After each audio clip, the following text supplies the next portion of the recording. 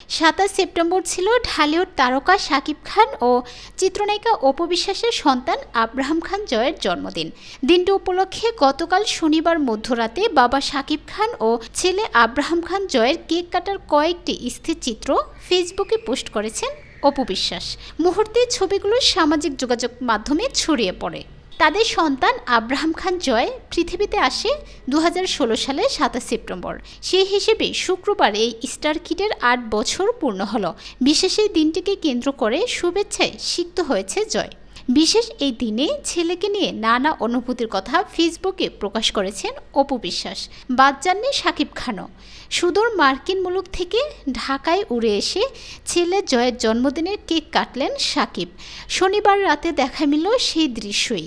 ছেলে জয়ের হাতে হাত রেখে কেক কাটছেন তিনি। ছেলের জন্মদিনে বাবা শাকিবের কেক কাটা প্রসঙ্গে অপু বিশ্বাসকে বলেন, এইবার কয়েক জায়গায় আব্রাহাম খান জয়ের জন্মদিনে কেক কাটা হয়েছে।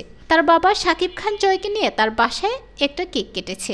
বাবা শাকিব খান জয়কে কি উপহার দিল জন্মদিনে জানতে চাইলে অপু বিশ্বাস বলেন, কিছুটা আমাদের ব্যক্তিগত থাকুক এটা বলতে চাই না, তবে জয়কে যে ভালোবাসা দিয়েছে তা উপহারের থেকে অনেক বেশি, সেটা তো ভাষায় প্রকাশ করতে পারবো না।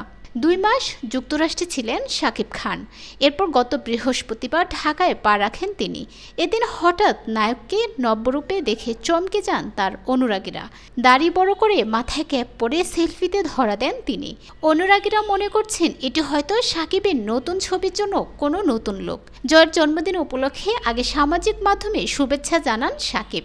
শুক্রবার বিকেলে এক ফেসবুক পোস্টে জয়ের ছবি পোস্ট করে শাকিব লিখেন, জন্মদিনের শুভেচ্ছা আব্রাহাম, মনে রেখো তোমার যে কোনো প্রয়োজনে আমি সবসময় পাশে আছি, লাভ ইউ পাপ্পা।